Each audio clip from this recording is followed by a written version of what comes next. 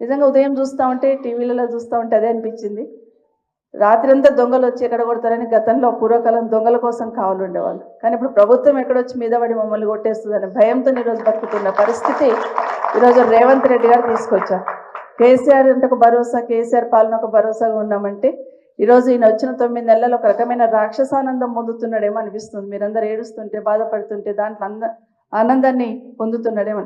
నిజంగానైనా మిమ్మల్ని ఇల్లీగల్గా కట్టున్నారు, బఫర్లో కట్టున్నారు ప్రశ్నిస్తున్న ముఖ్యమంత్రి గారు, మీ ఇల్లే చెరువులో ఉంది, ముందు అది తీసుకొని రండి, వచ్చి వీళ్ళకి సమాధానం చెప్పాలి. ఎందుకంటే మీ కొడంగల్లోనే మీరు చెరువు కుంటలు కట్టి ఉన్నారు, దానికి సమాధానం చెప్పకుండా ఇక్కడ వచ్చి వీళ్ళ మీద పడి మీరు ఇది చేస్తున్నారని మాట్లాడడం కరెక్ట్ కాదు. తప్పకుండా మేము పార్టీ తరఫున మీకు అండగా ఉంటాం. అర్ధరాత్రి అయినా కూడా మీరు ఫోన్ చేసినా మా బాబు ఉంటాడు, నేను ఉంటాను, పార్టీ తరఫున హరీష్ రావు గారు ఉంటారు, కేటీఆర్ గారు ఉంటారు, అందరం ఉంటాం. కాబట్టి మీరందరూ కూడా ధైర్యంగా ఉండండి. హరీష్ రావు గారు చెప్పినట్టు టెన్షన్ పడకండి, తొందరపడకండి, ఆరోగ్యాలు ఇది కాకుండా ఖచ్చితంగా లీగల్గా ఫైట్ చేస్తాం, ఫిజికల్ కూడా అక్కడ వచ్చి మీకు నిలిచిన ప్రయత్నం చేస్తాం.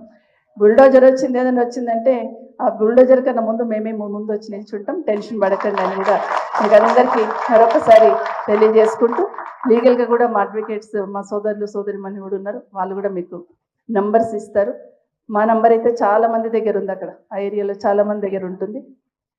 సో ఎప్పుడున్నా మేము భరోసా ఇస్తాం. మీరు కూడా 10 మందికి ఆ ధైర్యం ఇచ్చే ప్రయత్నం చేయండి. ఎందుకంటే నిజంగానే అన్ని పర్మిషన్స్ తీసుకొని కట్టుకున్న వాళ్ళకి ఇంత అరాచకం చేసే ప్రయత్నం చేస్తున్నారు. ఇంతకుముందు హరీష్ రావు గారు చెప్పినట్టు నిజంగానే పైన వాళ్ళ పెద్దలన్నా స్పందించాలి. నాకు ఏమర్థమైందంటే కేసీఆర్ గారు బాగా చేస్తున్నారు, ఒక ఇమేజ్ తీసుకొచ్చున్నారు హైదరాబాద్కి తెలంగాణకి.